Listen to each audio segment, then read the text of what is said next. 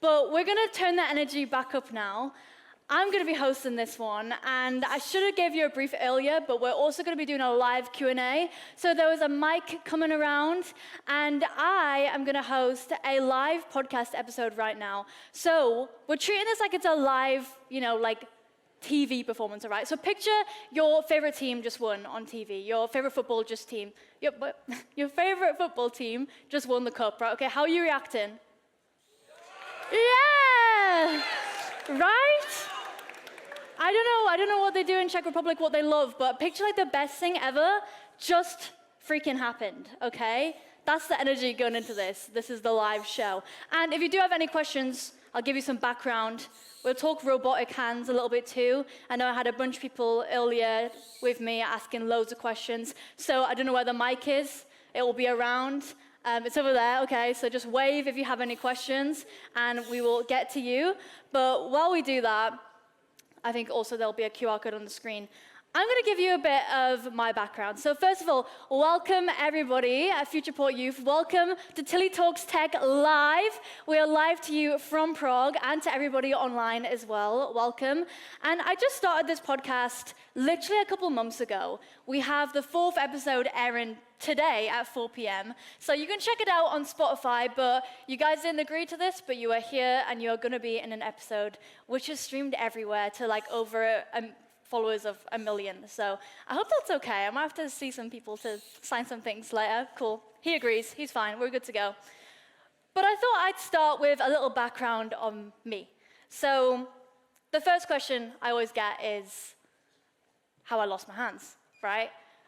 So I wasn't always like this. I was born, I had all 4 limbs, everything was fine, happy, healthy baby. And it wasn't until I was 15 months old that I fell really ill with a terrible disease called Meningococcal Septicaemia Strain B in its full form. And basically all you need to know about that is it's a fatal disease. And I was rushed to the hospital. I was ultimately told that I was going to die. I was given 0% chance of survival. But obviously I am here today. And it was after 1 week in intensive care, 3 weeks in recovery, a secondary infection, which I later contracted, just to be dramatic, and 10 blood transfusions that I had to have, that somehow I managed to survive, and I'm here today. But there was one condition. The septicemia had well and truly killed off my hands. Honestly, my human hands looked a little bit like this. They were black, they were curled over, they were useless. So I was going to live, which was amazing, but they did have to amputate my hands. Now, to anybody in the room hearing that, I bet you think you were doomed, right? If I looked at every one of you in the eye and said, okay, tomorrow you're going to lose your hands, what would you think? Uh-oh, indeed.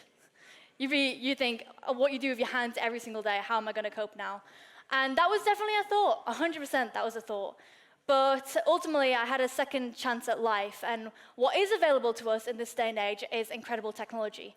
So immediately threw myself into prosthetics, looked about what was out there, and I'm going to be honest, what was out there wasn't the best back in the day.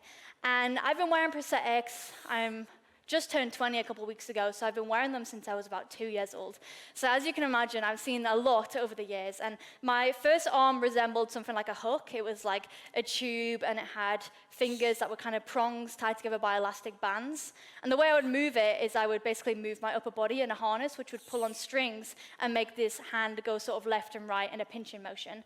But it was really tedious, cumbersome, difficult to use.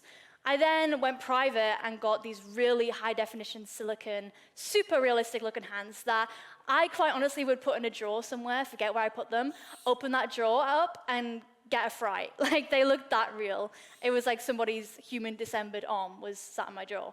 And I'm saying that as someone who knows I wear prosthetics, so it was pretty creepy. And then we carried on. With technology advancing constantly, something called 3D printing came along, which you might have heard of, and that was amazing. It opened the doors of so many industries, and prosthetics was definitely a big one. So I now started working with Open Bionics when I was 9 years old. I became their professional guinea pig, if you will, testing out their devices and giving, most importantly, brutally honest feedback to get them the best they could possibly be. For myself, yes, but also other amputees all around the world. And a question I often get asked is this technology going to be limited to people who are limb different, who have lost their hands? Or is it going to be something in the future where people are opting to have augmented bionic arms? Who knows? We'll see where that goes. Put your hands up if you would want a bionic hand or a bionic body part or be augmented in any way. Couple? Okay, okay. See, a lot of people are scared, and then a lot of people at the same time will literally leave me comments on Instagram being like, oh my God, this is so cool, I'm ready to cut off my arm. And that's when I say, okay, let's tone it down a little bit. Let's not cut off our arms right now.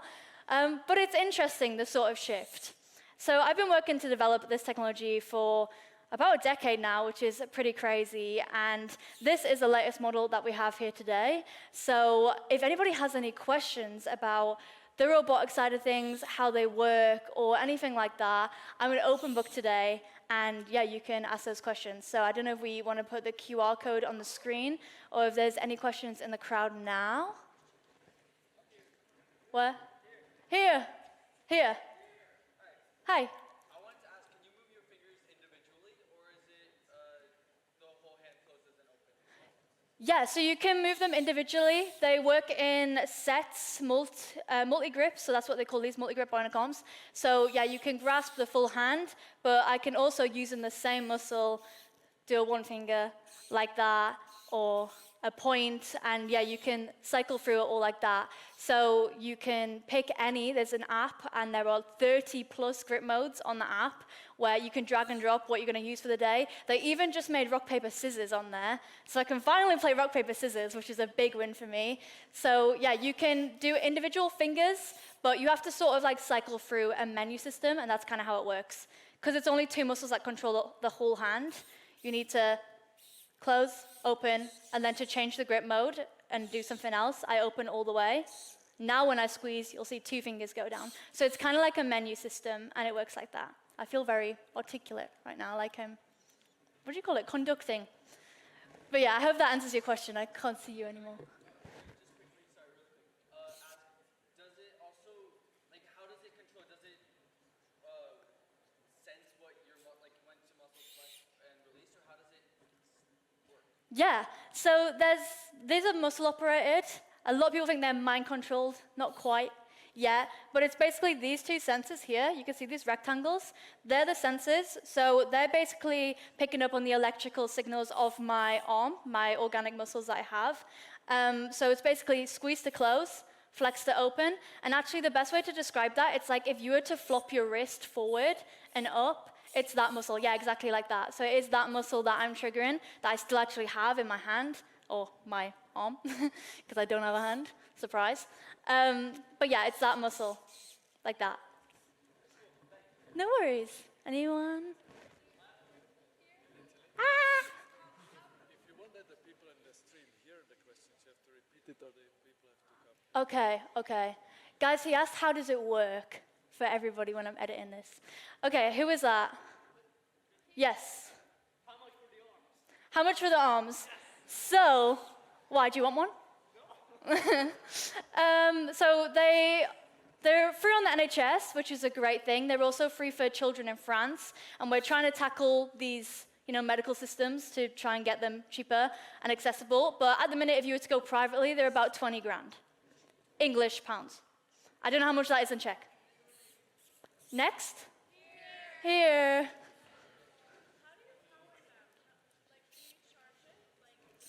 Yeah, great question. So they are chargeable. Oh, sorry. She asked, how do I charge the arm? Are they battery powered and things like that? They are battery powered. It used to be a big cumbersome battery here, whereas now the battery is inside the palm of the hand, so it's nice and slick here. Basically, it is the same charger you'd use to charge your phone. So that's what I'm doing now. I literally bring one charger that I use to charge my hand and my phone, and I just need to decide what's most important on the day, my phone and my hand, basically. And oftentimes the phone wins, I'm not gonna lie, I'm not proud of that. But yeah, you just charge it like that, plug it into the wall, and then you can charge the Myopods, the sensors, separately.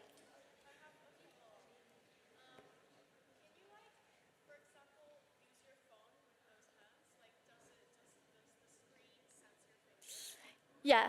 So she asked, is that prosthetics touch sensitive? Are they compatible with touch screen phone screens? Like that.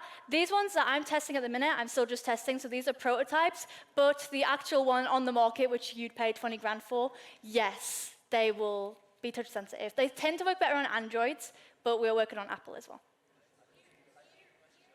Here, you.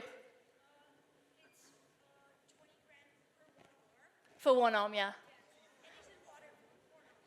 He asked, is the hand waterproof? The hands are waterproof.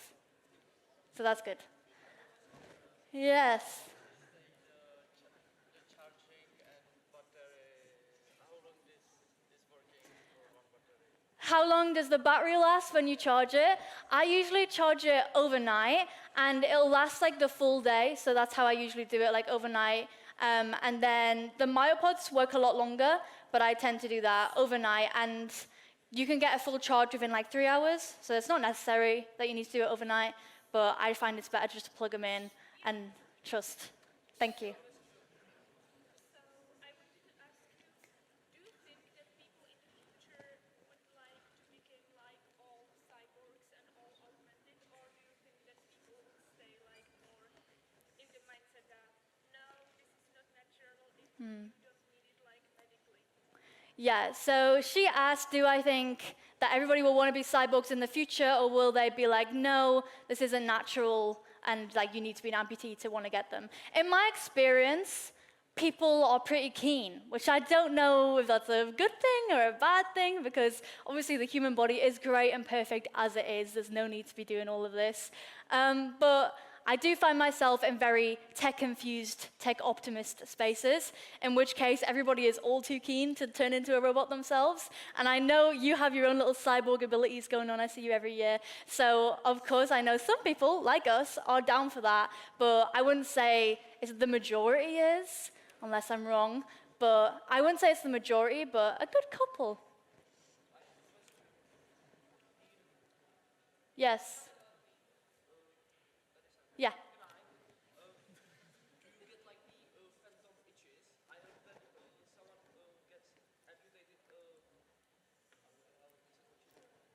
Yeah. arm or a leg, Yeah. they like feel Phantom, yeah. yes, I don't know how it's called, like Phantom limb pain, they call it a lot.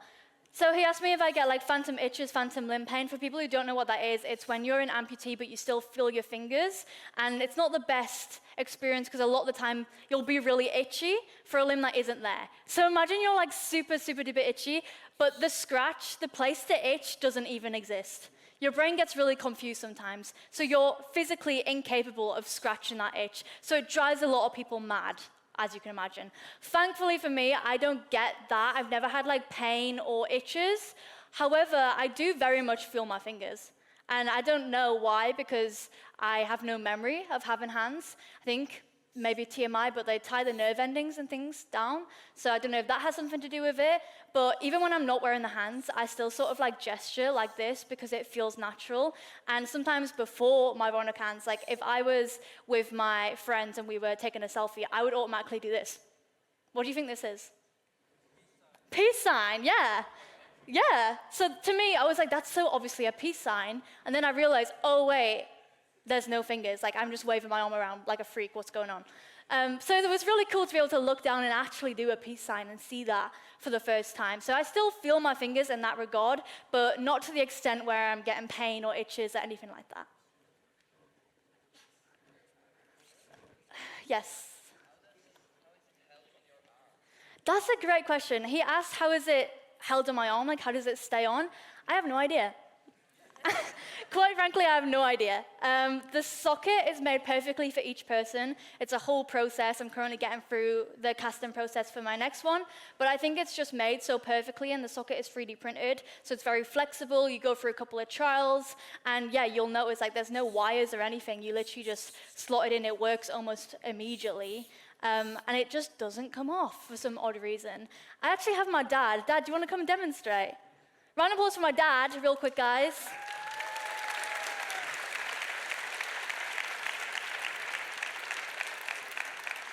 Hi, Dad. We did this thing where we try and demonstrate, right? You're going to try and take my hand off. Right now? Right now. You ready for this? Yeah. Give me your hand. Okay, now try. Okay, I think I'm gonna give him my hand, like whatever. Yeah, you know what? Because you asked so nicely, I'll give you my hand. So I don't know. Like I can kind of decide just to keep it on. So take that as you will. Okay, we have 10 seconds. Really quick question. Ah! You.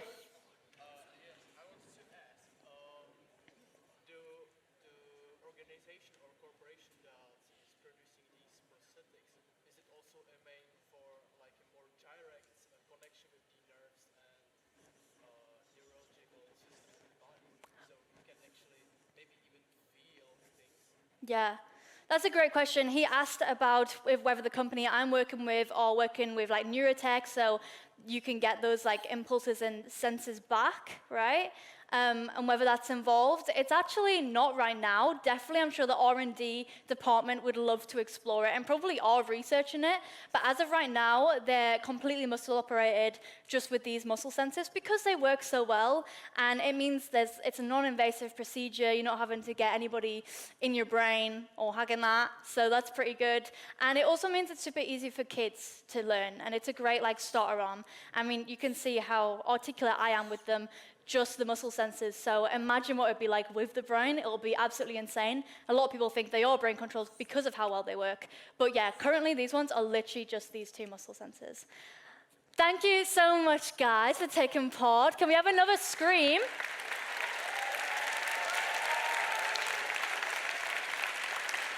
Thank you.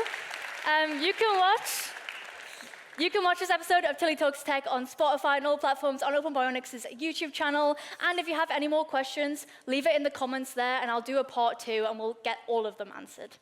Thank you.